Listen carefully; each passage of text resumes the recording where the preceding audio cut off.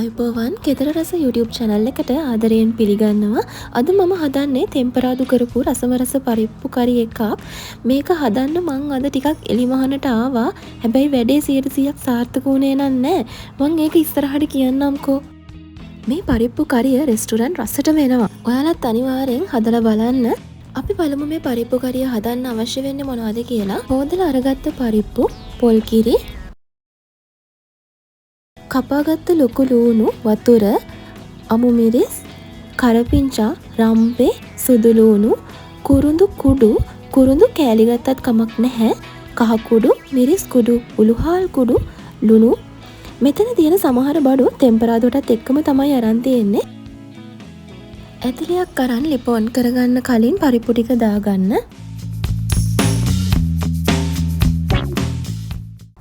ඊගාවට මම අවශ්‍ය දේවල් එකතු කරගන්නවා. කුරුඳු ටිකක්, උළුහාල්, රසායනික ලුණු, කහ හීන් මිරිස් කුඩු.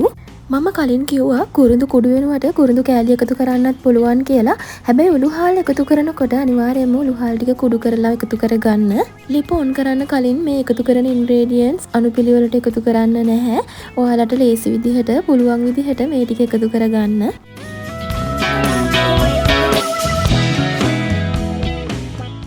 ඊගාවට පරිප්පු එක වැහෙන ප්‍රමාණයට වතුර දාගන්න.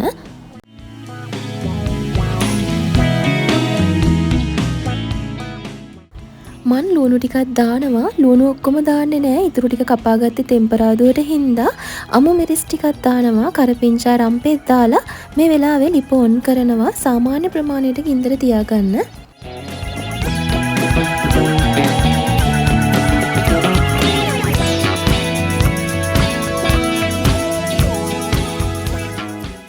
දැන් ටික වෙලාවක් පරිප්පු එක තැම්බෙන්න දෙන්න.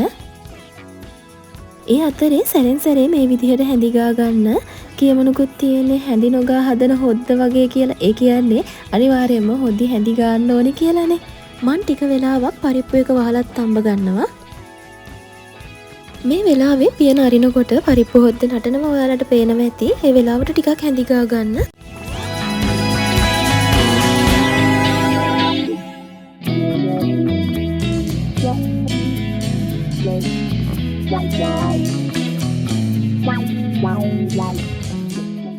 හැඳි ගාලා පරිප්පු හොද්ද උතුරන්න කලින් ලිපේ ගින්දර අඩු කරන්න ඕනේ.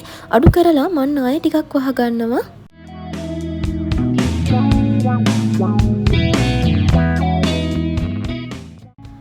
මන් කිව්වේ එලිමහනට ආවට වැඩේ දිගටම කරන්න හම්බුනේ නෑ කියලා. ඒකට හේතුව තමයි මේ හොඳටම වැස්ස. මන් ඉතුරු ටික කරේ ඉතින් ගෙදර ඇතුලේ ඉඳන්.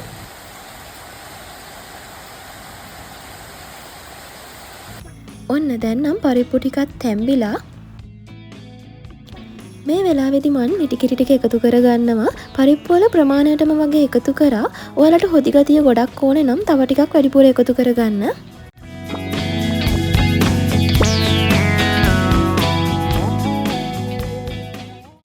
මේ විදිහට ටිකක් කිරි ටික කලවම් කරගෙන ඒ අතරේ ලුණුත් ඇතිද කියලා බලන්න.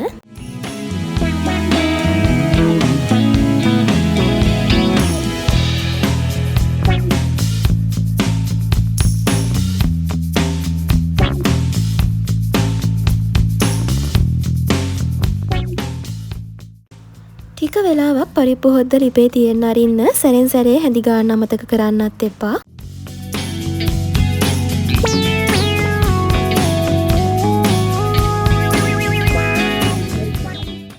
ටික වෙලාවකින් පරිප්පු හොද්ද නටනවා ඔයාලට පේනවා ඇති. ඊට පස්සේ ලිපෙන් බා ගන්න.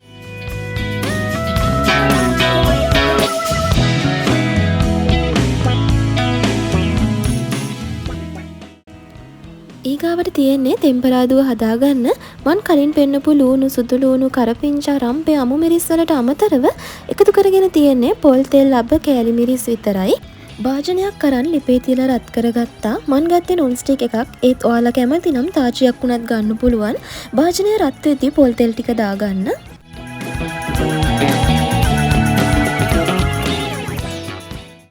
දැන් තෙල් රත් වෙනකොට ලූණු දාගන්න. ඊගාවට අමු මිරිස්, කරපිංචා, රම්පේ, සුදු ලූණු දාලා ටිකක් බැද ගන්න.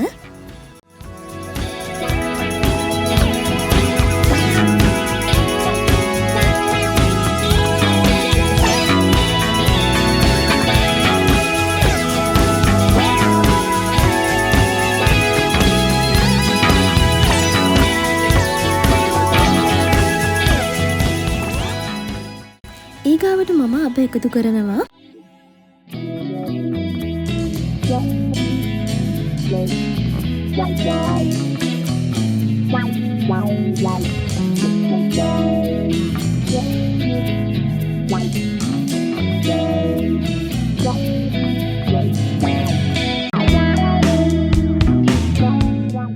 කෑලි මිරිස් ටිකත් මේ වෙලාවෙදි දාගන්න.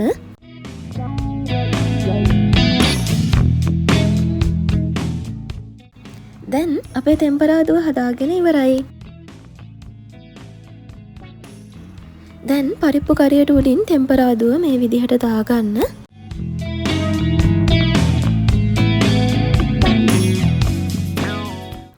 දාලා මේ විදිහට යම්තමට විසිරෙන්න වගේ හදාගන්න ඔයාට පුළුවන්. මේ තෙම්පරාදුවෙන් රසට අමතරව ලස්සනක් එකතු වෙනවා අපේ පරිප්පු කරියට.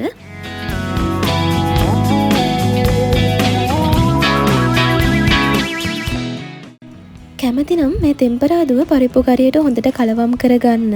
මේක ඔයාට බත් ඉඳිආප්ප පාන් එක වගේ කන්නත් පුළුවන්. ඉතින් තවත් රසවත් වීඩියෝ එකකින් හම්බෙමු. මාව සබ්ස්ක්‍රයිබ් කරන්න කියලා ආදරයෙන් ඉල්ලනවා. සුබ දවසක්.